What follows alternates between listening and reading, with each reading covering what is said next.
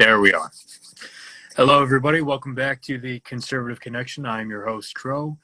So we have a special guest with us today. His name's Chaz Kennedy. He served as leader of two conservative student organizations at Texas Tech University, where he is the founder and former president of the Turning Point USA chapter at Texas Tech. And he is also the incumbent chairman of the YAF chapter as Texas Tech.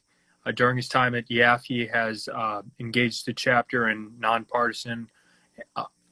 a nonpartisan invasion of Ukraine protest, where he helped cancel an all-ages drag show that was going to be held at the university. He's also an actor, in which he has recently received an award from a stage association nationally. So, Chaz, good to have you with us. Can you hear me? Yes, I can. Awesome. So you have quite the interesting background in the conservative movement, and I'm curious because, as you know, we're over in Chicago, Illinois, so we have red guys over in a blue state, but you are a red guy in a red state, and yet still, even in Texas, you're shutting down drag shows at your college, which I find like both humorous and also interesting. And concerning, yeah. And concerning, yeah, for all ages. That was the concerning part. I mean, me personally, I have no problem with if somebody wants to do something on their own, whatever it may be as an adult, that's their business. But when you start involving the little kids, that's when I get concerned. Yes, our nation, we don't protect little kids from like guns and everything, but when it comes to protecting them from like transgenderism and like changing your gender and like genital mutilation, it's like we don't want to protect them from that. So, well, it's something yeah, that they can't necessarily consent to. I mean, as a little kid, it's not something you can do. But yeah, it's interesting because we always have these shows going on in the Pride Parade, and they'll say things to the effect of special activities for little kids. And maybe it's just my conservative Christian background, but I'm pretty sure that, a Pride Parade, from what I've seen, the activities haven't exactly been kid-friendly. yes. So, and you're also an actor. Can you talk about that? Yes. So as you know, acting is a very liberal field, and I'm a conservative actor, so it's very ironic. But ultimately, I've been acting my whole life, and I like acting. I don't like the politics of it, but I like the acting as the art. So that being said, I'm different because I'm an actor, but I'm not scared to speak my views out. Like, I have friends who are in theater and film, they're scared closeted conservatives. I understand that, but at the same time, I believe we all have to stand up at one way or another and be brave. Stand up, like, get out of your shell. Because the reason why the left is so powerful nowadays, especially in America, is because people are scared. They're silent. It's not a silent majority. We need to be a loud majority. That's what take America back, make America great again. Well, and you recently won an award. What award did you win, and what play were you in? I think it was a stage production, if I'm correct. Yes, it's original play for it's a 10-minute play for my school that I did, Texas Tech. Nice. So we participated in this Kennedy Center. It's Catastrophe. It's like play festival.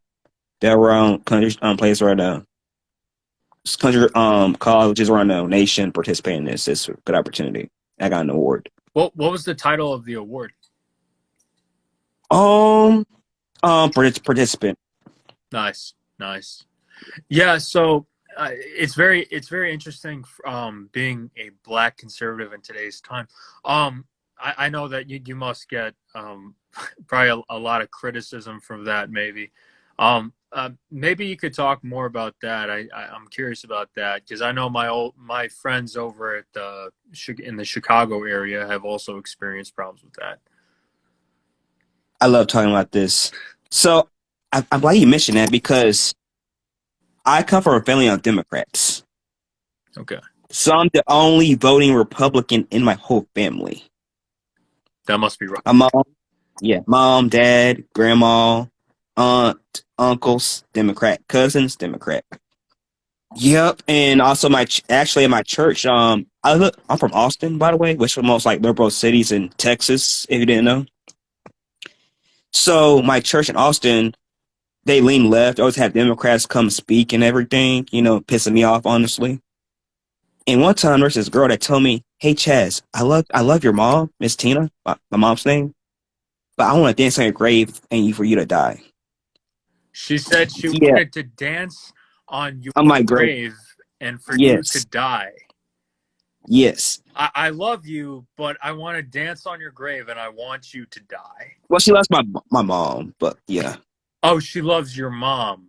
yeah, Did she tell yeah. your mom that? Of No, no, no, no. course not. Of course not. But yeah, It gets so worse. it gets It worse. gets worse.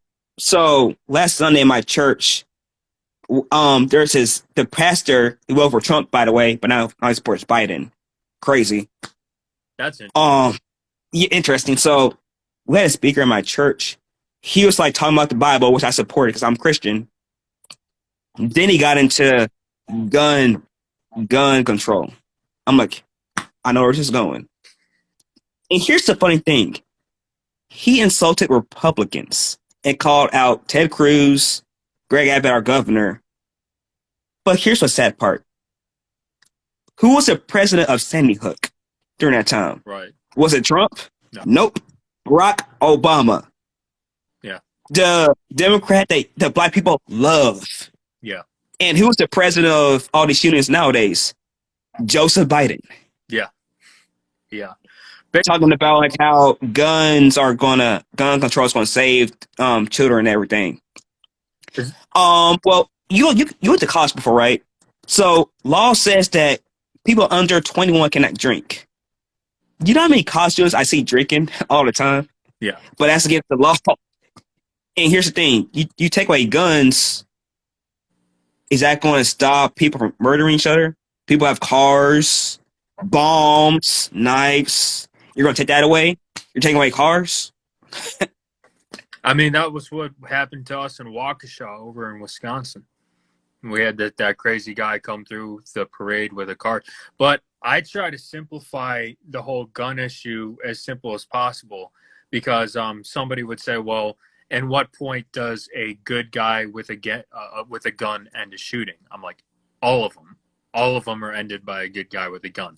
The only question is, do you want the good guys with the gun before the shooting starts or after it's already begun?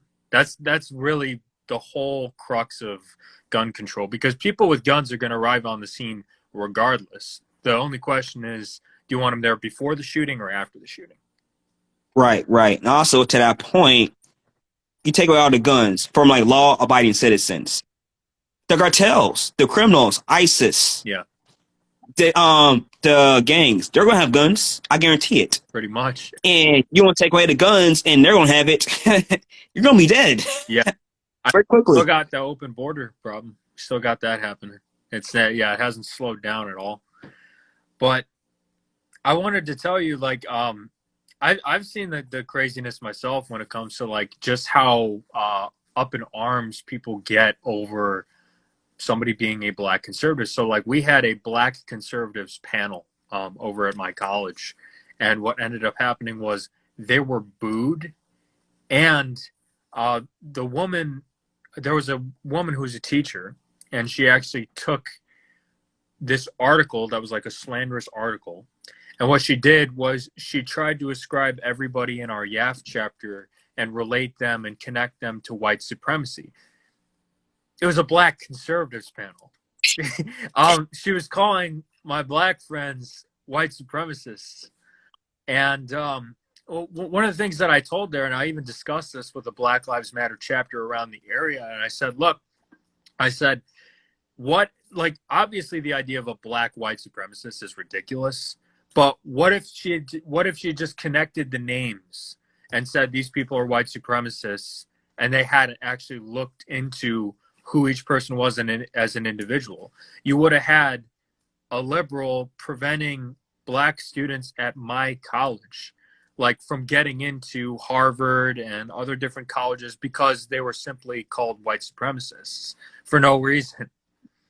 So I don't know if you've experienced that craziness, but it really is a marvel to me. And man, when we had that panel, we had a lot of really good subjects brought up that I'd never even thought of. One woman said that the very first thing that you learn as a black person when you get to school in this area is slavery. You don't learn about the strong cultures of Africa and all these other things. You don't learn about the different historical like empires that were built by certain people. She's like, you only learn about slavery. She goes, that seems to be the only history they want to teach us. They don't want to teach us anything else. She's like, where's George Washington Carver? Where's all these great Americans that were black? It's like we've disconnected them from American history. And she got really upset. And I don't know if they do that over at Texas Tech, over where you're at, but even in red states, I've found my friends say that the colleges tend to be extremely liberal in even in the red states. So let me explain my situation. So I'm a transfer student. I came to Tech from UNT, and UNT is like University of North Texas. It's between Dallas and Oklahoma. It's one of the most liberal colleges in Texas. And I mean that seriously. Sincerely. It's just at there. So I wore a MAGA hat every day, a Trump hat. And this girl, she was black. She said, "Take that shit off" in the student union building. Yeah. One girl tried to knock it off and said, like, "Why are you wearing that hat? You're racist. You're a black Klansman. You're a Nazi. You're Coons. Yeah. You're Uncle Ruckus. You're Uncle Tom."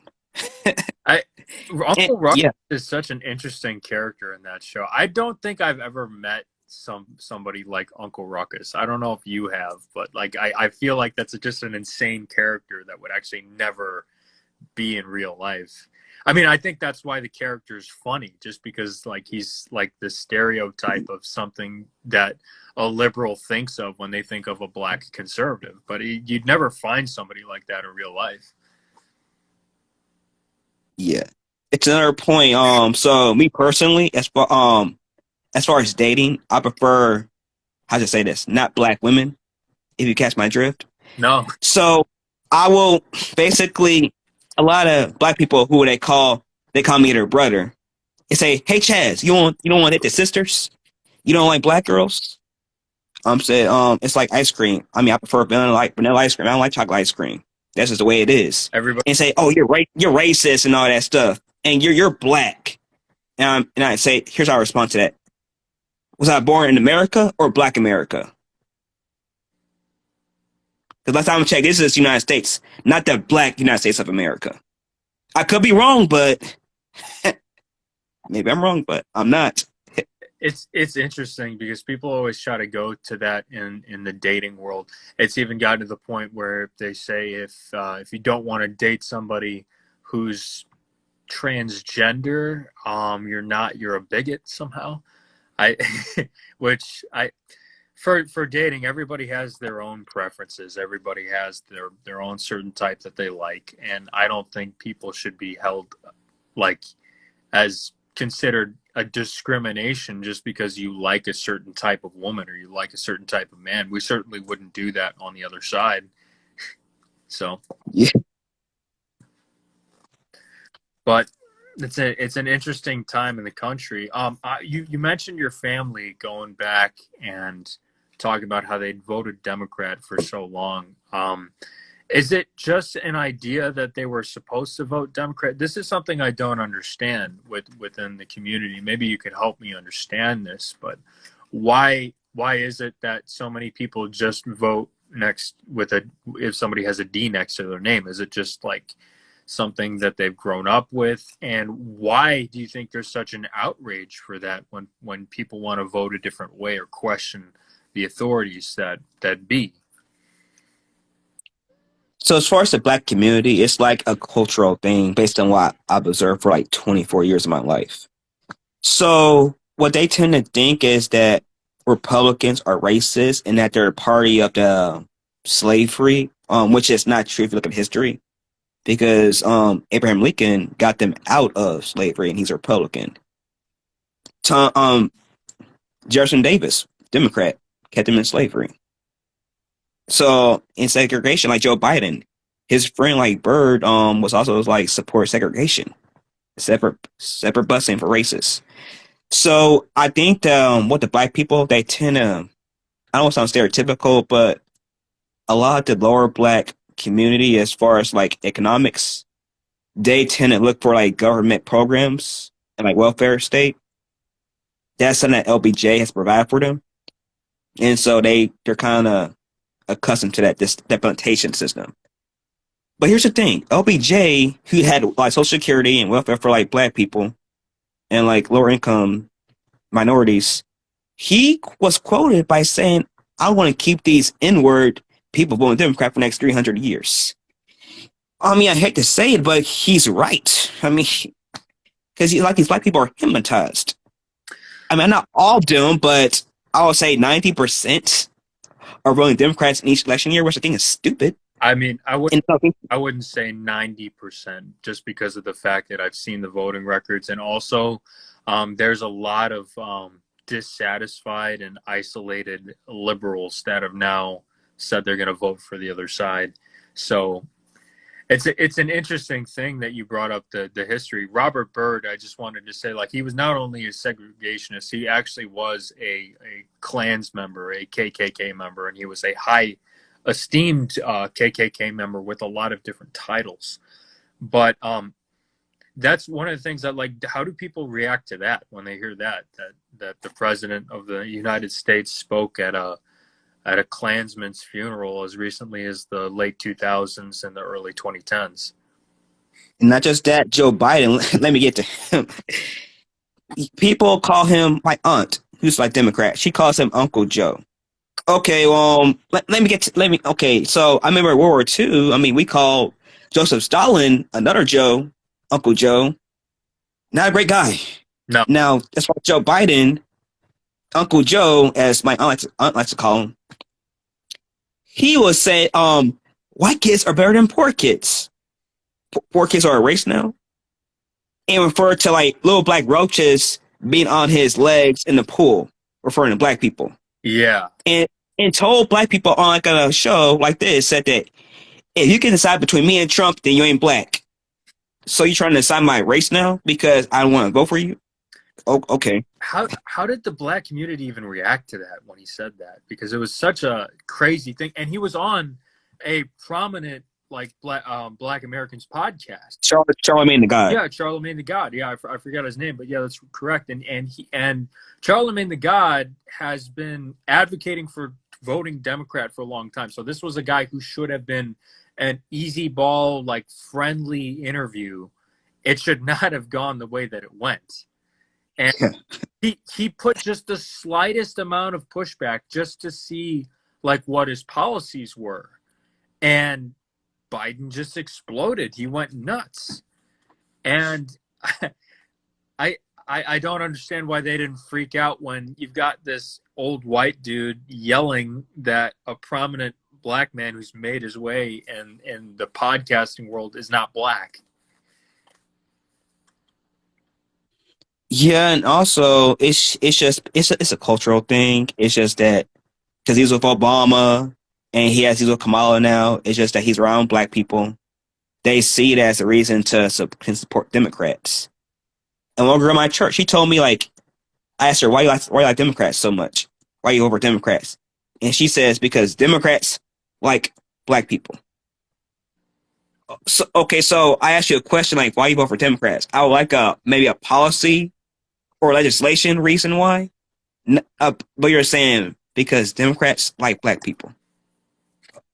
Okay. Another girl in my church had told me that she wanted to see me die. She wanted to debate me over politics. Like I kind of want them to debate me.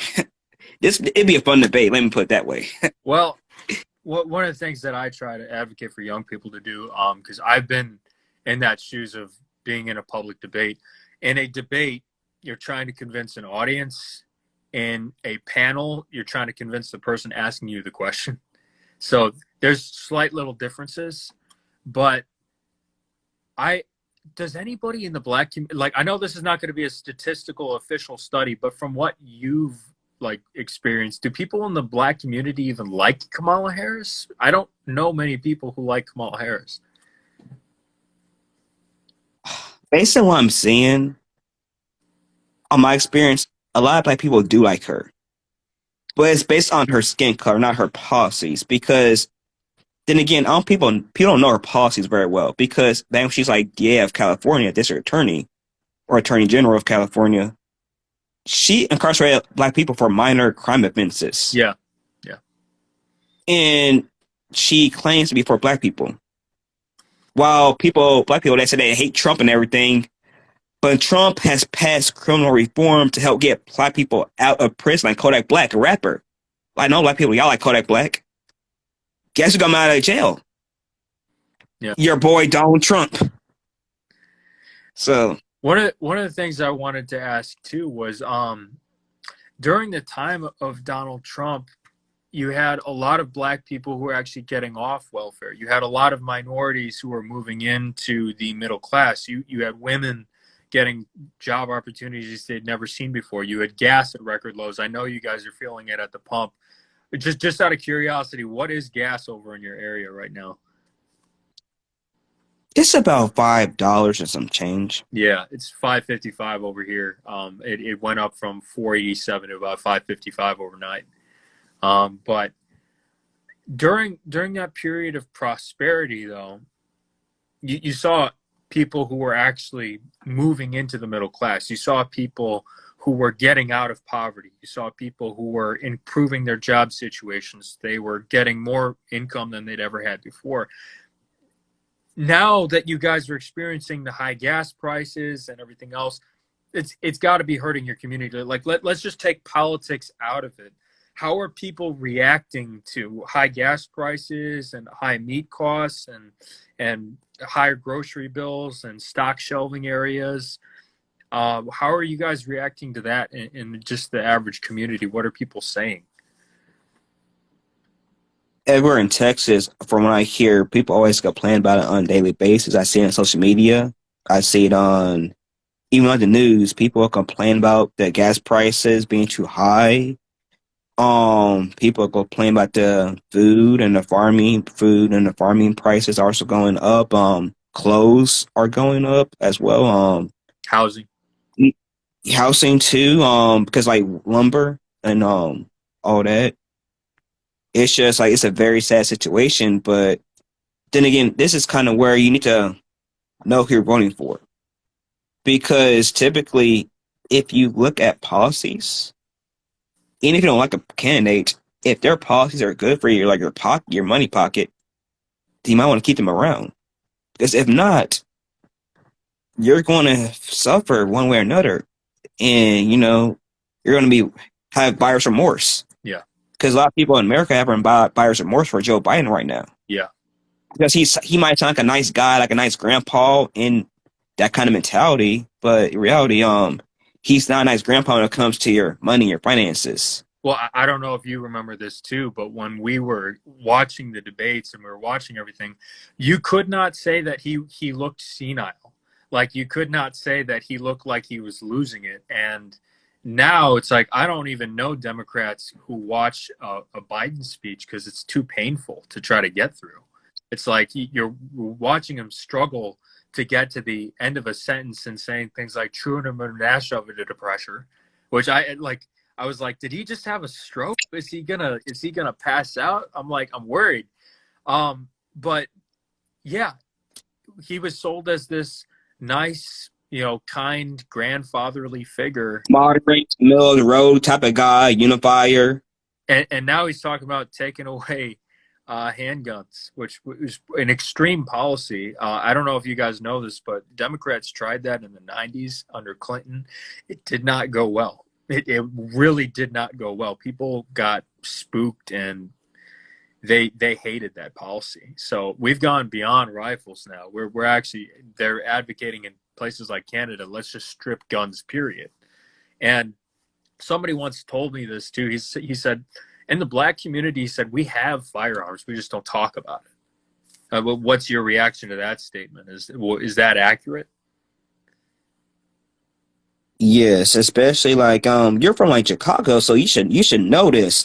Because I told this to somebody at my church that like I say, I like the sermon because the way you're talking about like insulting Republicans. And they respond to me like, well, the Republicans are the ones in charge in Texas. Okay, but who's in charge of Chicago? A Republican? Yeah, No. Democrat Lori Lightfoot, who the police hate, by the way. yeah, And just last week in like Chicago, there's like 50 shootings alone. yeah.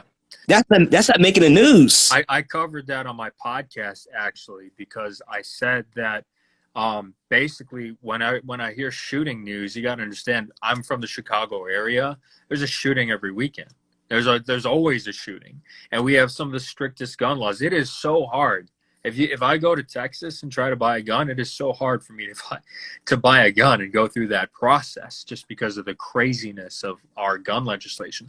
But one of the ways I can easily fix that, because usually their argument is this: they'll say something like, well, the reason we have such a bad problem with Chicago gun violence is because everybody's buying their guns in Wisconsin.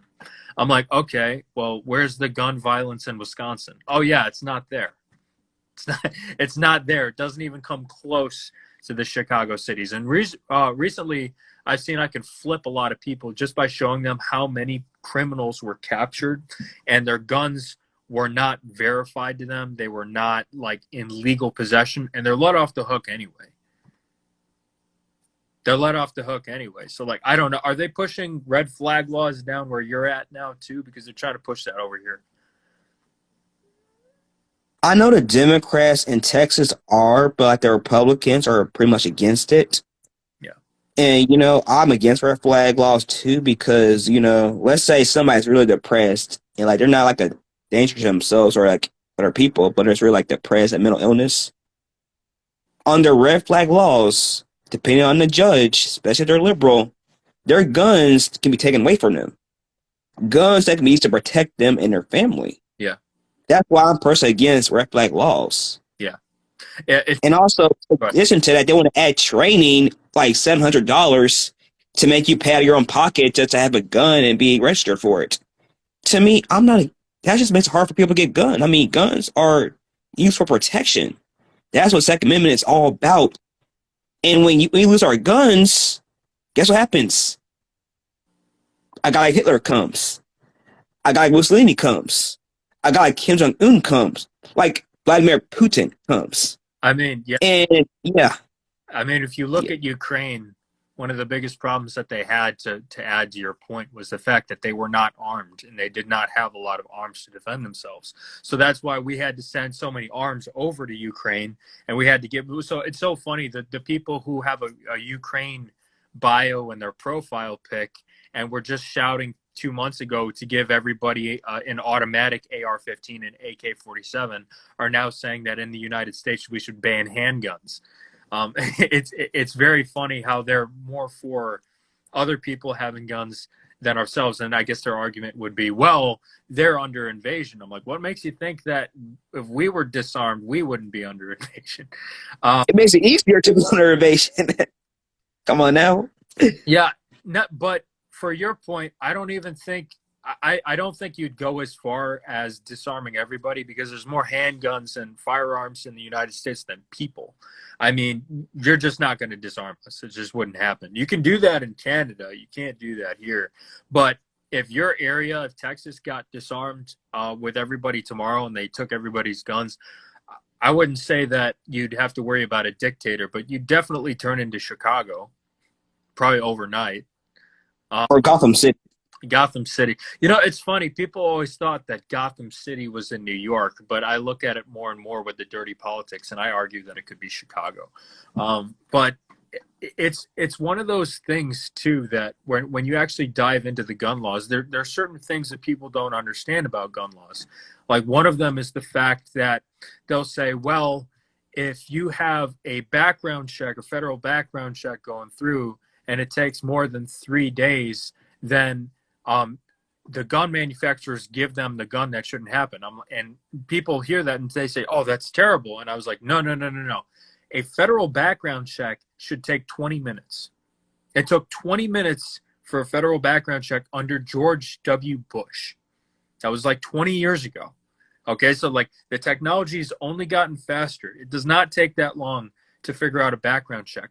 The 3-day law is there to keep Democrats accountable because I don't know if you've ever bought a handgun under a liberal president, but all of a sudden, oh, the computers, they're not working for us. It's taking us a day or two. That's there to keep them honest. That's why that law is there. So I know if you don't dive into the language of certain things, people can get led astray on gun policy. You mentioned red flag laws too. I just wanted to say this with a red flag law that you brought up. Like, let's assume that you did get the right guy, right? Let's assume you got Ted Bundy, Ed Gein, some crazy.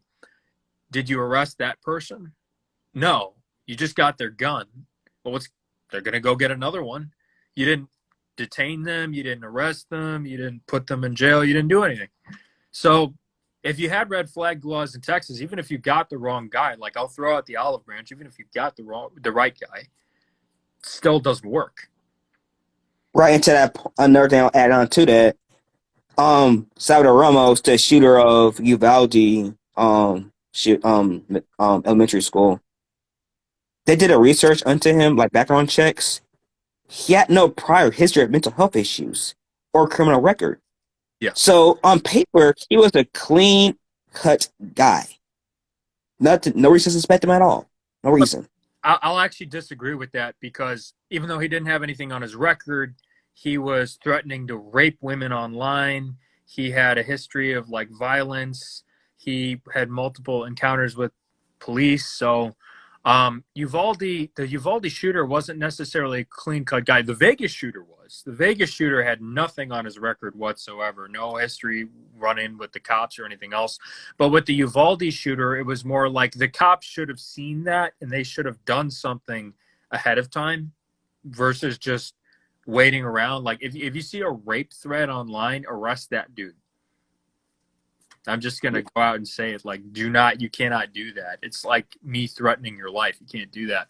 But recently we had another shooting in Tulsa, and it was a black man, by the way. Yeah. And the victim was black as well. The victim was a upstanding black doctor who was a very good man in his community, and it got brushed over in a day.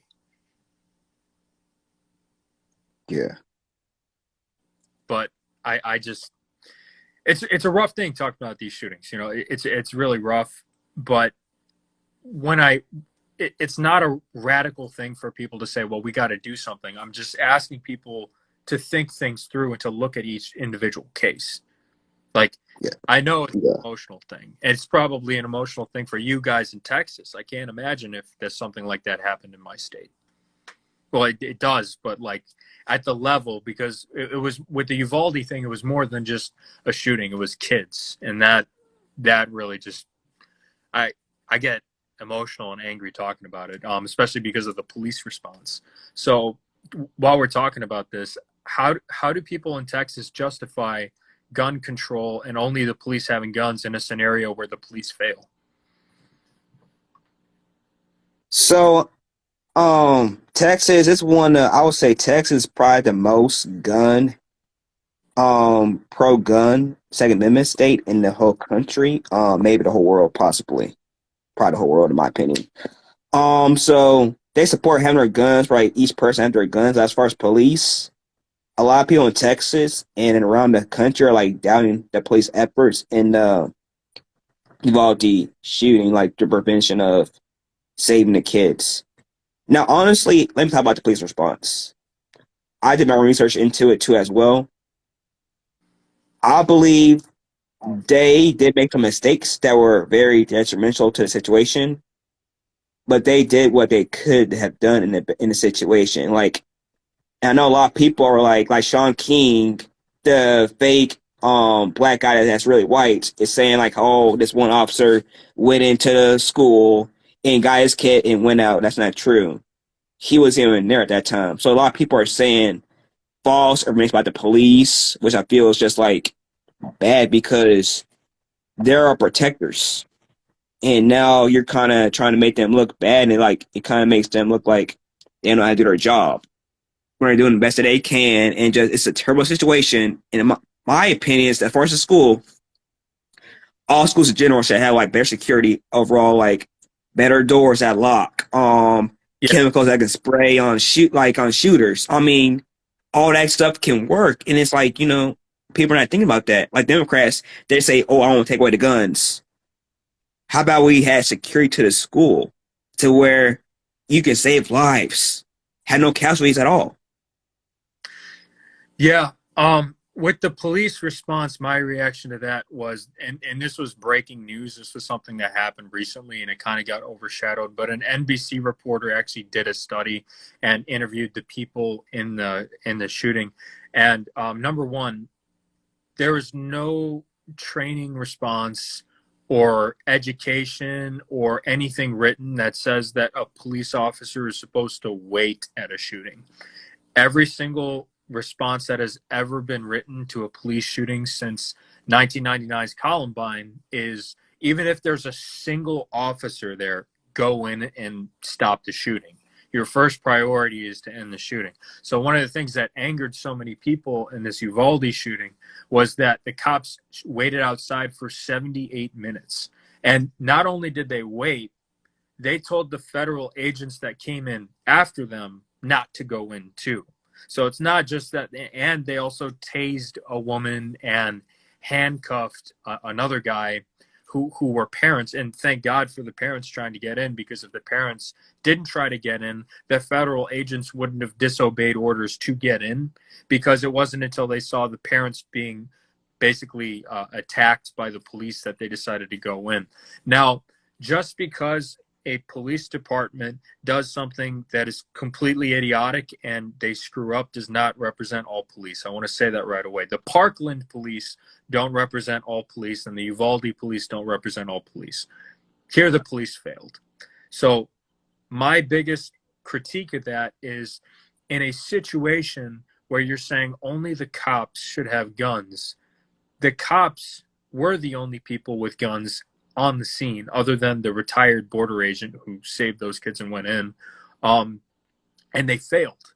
So I understand that many conservatives are pro-police, and I have no problem with that, but I'm saying that we need to do a little bit better than that. So I have no problem with people like teachers being armed and concealed carriers on the school, because as you know, if you own a firearm, you cannot go near a school without worried about being arrested. If I was to pick up my brother from school and I had a firearm in the car, they could arrest me and throw me in jail. They do not want it near the school premises. So basically what ends up happening is, unless you have schools like New Mexico where the teachers are armed, then the only people who can stop the shooting, everybody else has to wait until the good guys with the guns get on the scene. Right. So I want to touch back on about the police, their how people perceive they felt the situation. I feel like the most American public, like the general American populace, they don't understand how policing works. Because as far as the police, there's different police jobs, like as far as like crime scene like this. Like the police that are holding people back, that's the perimeter. Their whole job is to keep people from entering like the crime scene, because, and also from what I saw and read about the whole situation, there were police that went inside the school to stop the shooter.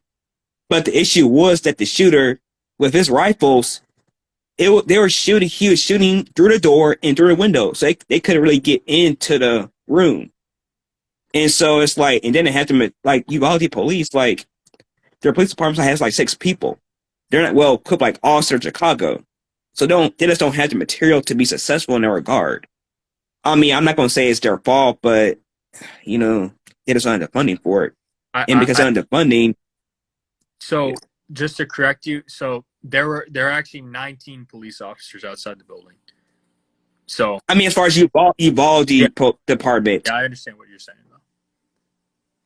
I mean, there's BORTAC, there's like the Border Patrol is there too, DPS, they're there as well to reinforce from like the Uvalde police, because they do it all the time, because Uvalde, they're too small, so that's why BORTAC, DPS has to support them all the time. Yeah, but yeah, I still have problems with the police response, and as you know, when we saw the lockdowns with COVID happen, we saw the police kind of abuse their powers in that regard as well. And again, I'm not saying I'm anti-police. I'm not saying any of that. I'm just saying that I think the police deserve scrutiny in this situation. And yeah, maybe I don't have all the facts. Maybe I have a few things wrong. I'll grant that. But from what I'm seeing from that report, from what the police said, I don't think dodging the media is a good response. I don't know if you saw this, but the head policeman refused to follow up on any interviews and questions. And also, the more we dove into this situation with the shooting, the less the media started to report on it. I don't know if you've seen that lately, but they're reporting fewer and fewer details about the shooter, about what happened. And like you said earlier, you brought up a good point. They said he had an altercation with a security guard. And my only thought was, how does a trained security guard on the scene get outgunned by a mentally handicapped 18-year-old with no training? And we found out later that that security guard was never actually there. That altercation never happened. Then we found out different things. Like they said his grandma was shot and killed. Then it turned out his grandma was not killed. She was in critical care. So there was a bunch of facts on that situation that like either were not true or there was things that we didn't know, and we're still figuring out things about it. And it's a really disturbing case.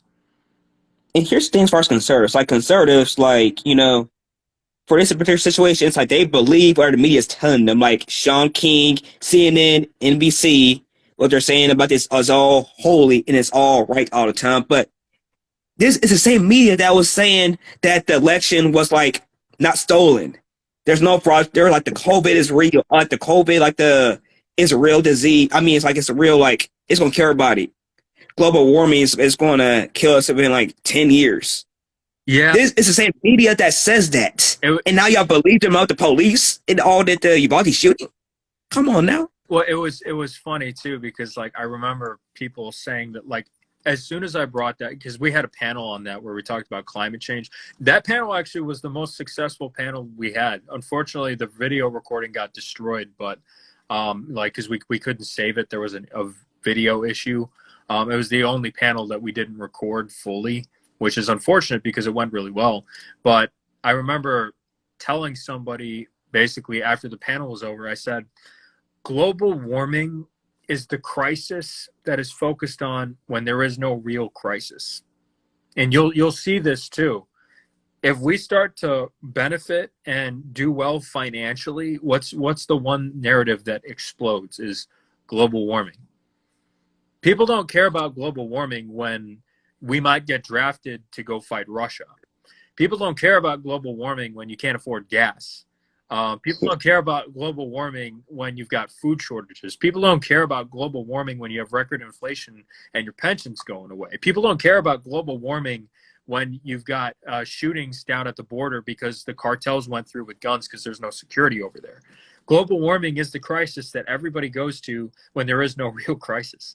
And you'll find that too. But what's the craziest global warming response that you've seen? Are the big advocates of global warming at Texas Tech at your college? I mean, what's the craziest narrative you've heard over there about that? Because there's quite a few. We won't focus on this for too long because I don't think it's a big issue, but I think people should know how to argue the other side before we start to do well and that happens, because we know both of us saw the first 3 years of Donald Trump were nothing but global warming narratives. Yes. So tech for the most part it leans towards the right. So I want to say most of the students there have somewhat common sense.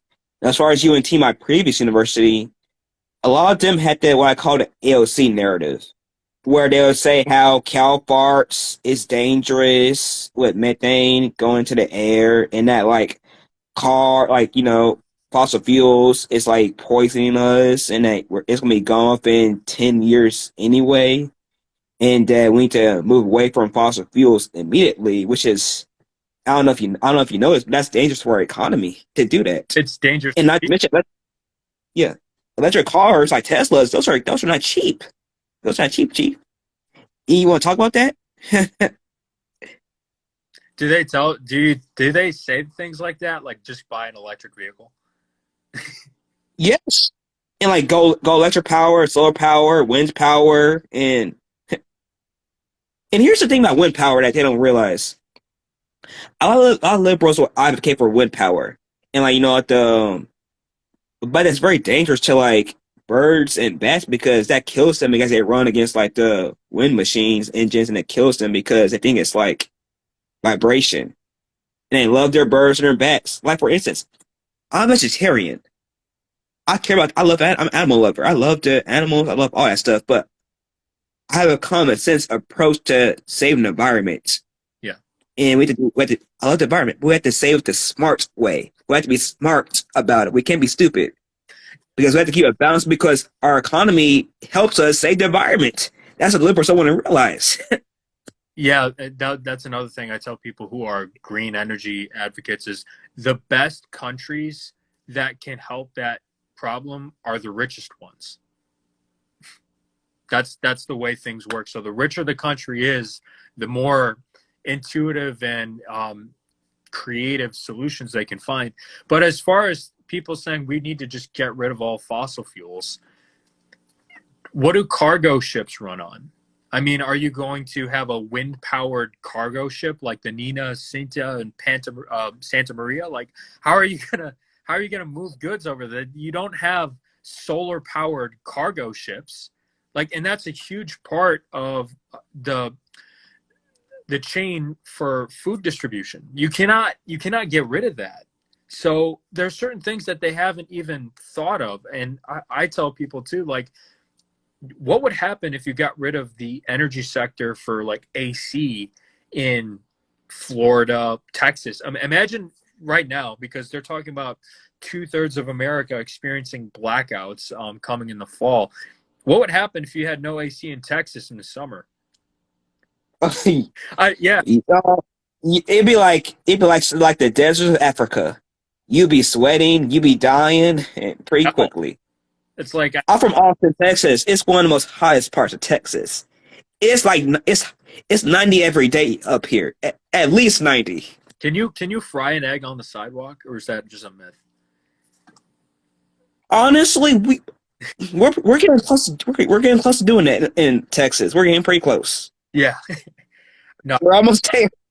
I was gonna say it's like I don't like the cold in Chicago, don't get me wrong, but the heat can be pretty unbearable if you don't have the right energy out there. But if you guys have blackouts, God forbid, I mean, you guys are not just going to lose AC, you're going to lose refrigeration. Yeah. In the water, the cool water that keeps you cool and hydrated over the hot 100-degree weather in Texas. Yeah. It's not gonna be cold anymore. Nope.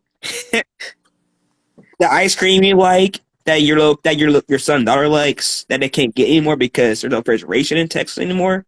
They're gonna be crying because of you because you want to get rid of all this refrigeration in fossil fuels. Man, if fossil fuels were eliminated, like 60 million people would die overnight, like just because of how much people depend on this. You've got farming with the petroleum from the tractors. You have cargo ships that would not be able to get to port. You have the AC. You have everything. And I don't know why it's so controversial to say this, but Hospital. yeah, hospitals, like different medical equipment would not be able to be shipped. I know people who work in medical warehouses. That equipment is not getting there if gas is too high or if you don't have the right thing. Like the whole supply chain is propped up by gasoline and fossil fuels. Like cargo ships run on diesel. You don't have a wind-powered cargo ship. You don't have a solar-powered cargo ship. That's not a thing. So yeah, it bothers me when this, like, you can tell, right? You can see in my face. I get mad talking about this because I feel like Yeah. they don't think things through. It's like they think with their emotions, but not their brains. Yeah, yeah, yeah. That's not just a Chicago problem. That's a societal problem in our whole country. It tends to get worse each year. Well, we are seeing ways into certain things. You mentioned you're an actor, and I've always been fascinated with the acting field. But are you seeing wokeness kind of die in the theaters? Because like I am, like certain box office hits like Maverick, like the Top Gun movie and everything else, they're abandoning this Daily Wire's doing well. They're producing their own films and content. I And also Spider-Man No Way from Home. That's pretty like it wasn't all woke. I mean, most Marvel. I'm a Marvel fan. A lot of Marvel movies have been woke, but like Spider-Man Away from Home, that's a pretty decent movie across the board. I mean, it wasn't too woke. It was pretty like old-fashioned. It's like movies I saw back when I was a little kid. yeah, I miss those. I miss that era. yeah, me too, man. Like they ruined Star Wars for me. Like with all the stuff they were doing, they were just pushing everything. It was crazy, you know. And like I liked certain sections of Star Wars. Like I liked Finn as a character when he first came on, and then they started doing things like in the Chinese audience, they reduced his role because China didn't like a black main character in Star Wars, so they had to reduce his role, and that hurt him in the later films too. Also, I don't know if you're familiar with like the X-Men, but you're not Magneto, the villain. Yeah, So I'm hearing rumors are saying that basically they want to cast him as a person of color, like a black guy.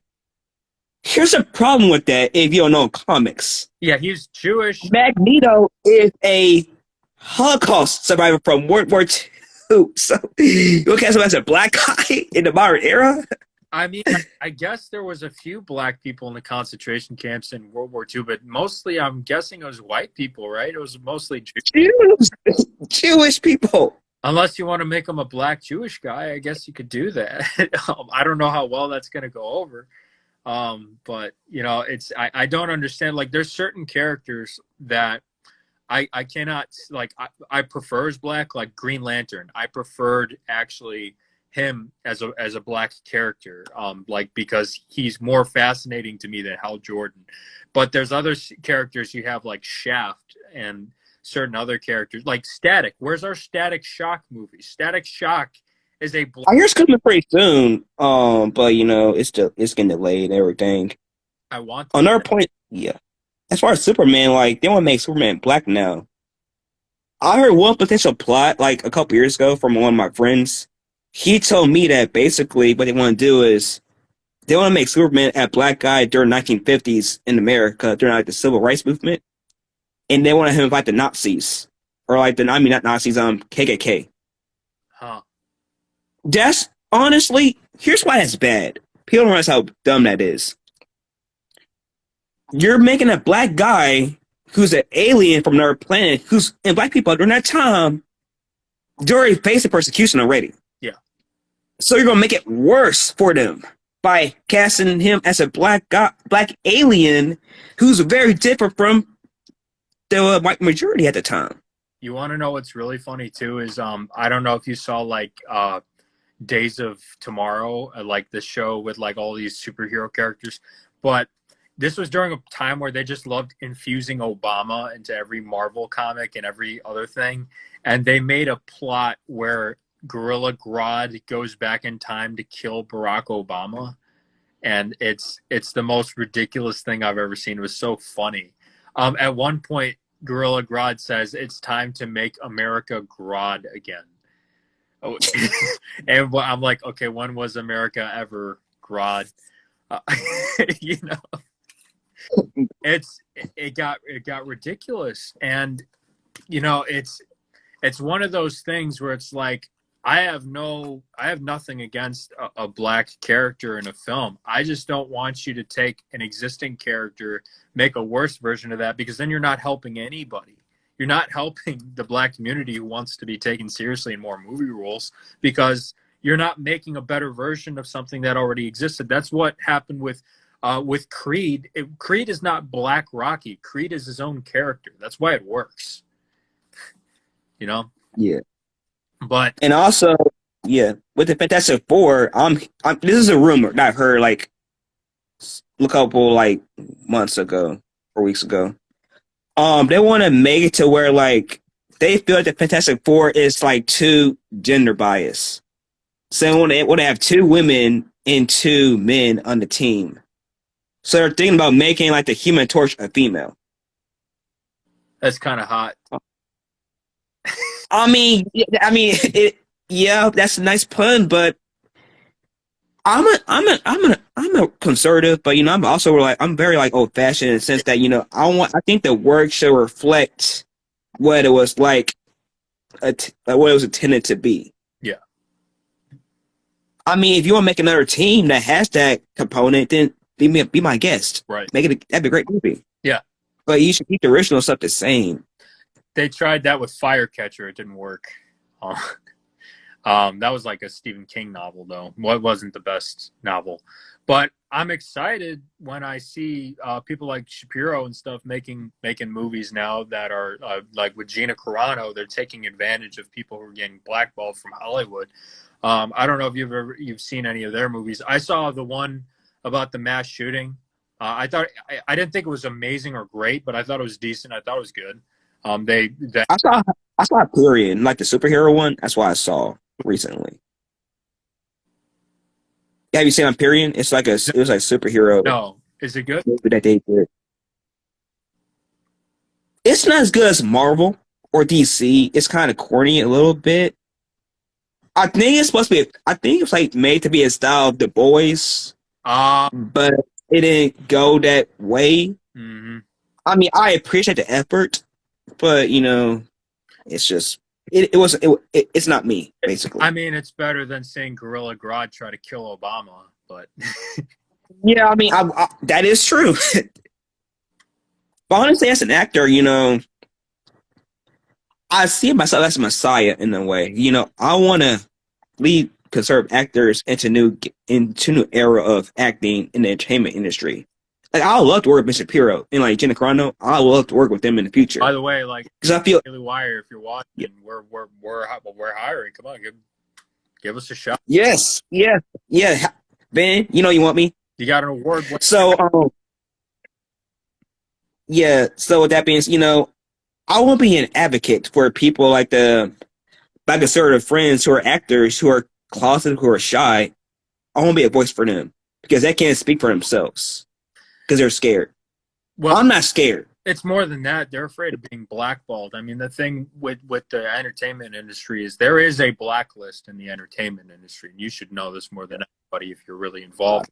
But it's bad. And one of the problems we have in the entertainment industry and in all industries is they say things to the effect of, well, you need to write, like in college they'll tell you this, you need to write like a conservative, and then you need to act, or you need to write like a liberal, and then when you get out you can act like a conservative. Well, what happens when you put in a conservative paper? Where you're going to fail. Well, what happens if you go into a tech company like Twitter or Facebook and you try to advocate for conservative principles? Well, you get fired. Well, what happens if you're an actor and you advocate for conservative principles openly? Well, they don't cast you. So it's a problem of social credit systems that has accumulated over time that we've ignored, and it's become a huge problem. But now the wokeness of these corporations has become so bad, it's creating a huge backlash. I am running low on time, so we have about like 5 more minutes. But is there anything else that you'd want to touch on the entertainment industry really quick before we move into the final closing moments? I would say, just I want to be advocate for like, because they're artists out there. I want to be like a leader for them. But I do want to touch on within this 5 minutes is that my time as being leader of YAF at Texas Tech. Yeah. Because being the president of chairman of YAF at Texas Tech is very different than other college campuses because Tech is right leaning as far as colleges are concerned. But it's a double-edged sword because while they are conservative up there, it causes them not to want to get involved in certain groups because they see it as liberals are never going to affect Texas Tech. They're never going to affect us because we're too conservative for them. Well, to put that point, against that point, my group, we do polls every week while we're at college to like say, oh, do you think we should ban this gay event, this LGBTQ XYZ community event, or like, is abortion okay? And when we did these polls, the votes were pretty neck to neck. I'm talking like 49 to 50. So my friends at Tech, you think that we're not? You think we're safe from liberals if we're voting on polls that are so close and neck to neck? So my point with that is that we as conservatives, we have to kind of rise together because even if you feel that we can't be complacent. We have to understand that it might be safe today, but tomorrow might not be safe. So we need to kind of get involved now. We need to change the culture war now. We need to be leaders now. We can't wait till tomorrow. We can't wait for We can't wait for Donald Trump, DeSantis do it for us. We have to do it for ourselves. We have to take initiative. Yeah. And to back up what you were saying, when you guys had that race between Ted Cruz and Beto O'Rourke, Yeah, Ted Cruz didn't crush Beto O'Rourke. It was pretty he did not. It was pretty close. So I would tell that to your friends. It'd be like, yeah, Ted Cruz almost lost to Beto O'Rourke. And if I'm not mistaken, isn't he trying to run again for governor over there? Against Greg Abbott. So there you go. I mean, what if you have a race and he gets just a little bit more ahead than he did last time? You know, you're going to have a Democrat governor like Beto, like in charge of the governorship of your state. So And also, my county in around the Austin area, it voted for Trump in 2016. It voted for Biden in 2020. yeah, That should tell you something right there. If you can't see the issue with that, you need to reevaluate your political views in this country. yeah, especially right now when every state is going to count up until 2024. That's going to control what happens to our markets, what happens to the cost of living, whether or not people like you and me, men like you and me, are going to be able to afford a house later on in our lives is going to be dictated To have a family, how we have kids, yeah, retirement, retirement, kids, wife, college. college, Yeah. housing, rent, even. It's all controlled by whether or not you're going to go red or blue right now. Yeah. But yeah, so we got one more minute to close. What would you like to close with? If there was one, first of all, I'll ask you one question. Like, if there was any political, like request that you could have met right now, anything at all, what would it be? And what message would you leave the rest of our viewers who've tuned in? And by the way, thank you everybody for tuning in. Yeah. So I'm gonna say that I'm speaking to all young conservatives out there. We have to take our country back right now. We cannot wait anymore. I understand that you're kind of not worried about this issue because you're kind of young, but our country's been taken over by liberals.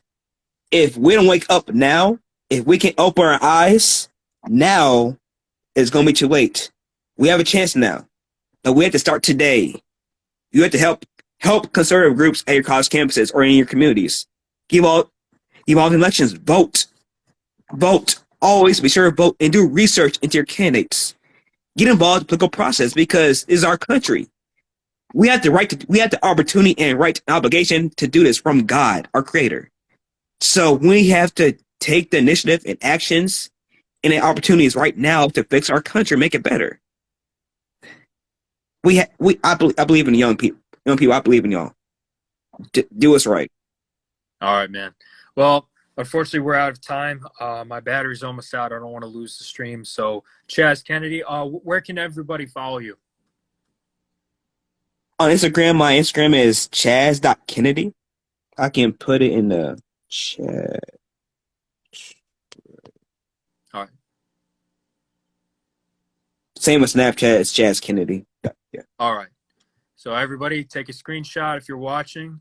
Chaz, thank you for joining us. It's been a pleasure having you as a guest. I love you. You're full of energy. You've got a bright future ahead of you. And I hope to see you again soon. Yes, thanks for having me. Thank you. All right. Anybody, thank you, everybody. I can't talk today. This concludes our episode of the Conservative Connection. Thank you for watching. And if you haven't seen us, this is an IGTV stream. So if you're listening on audio only, go and check us out at conservative.connection_pod.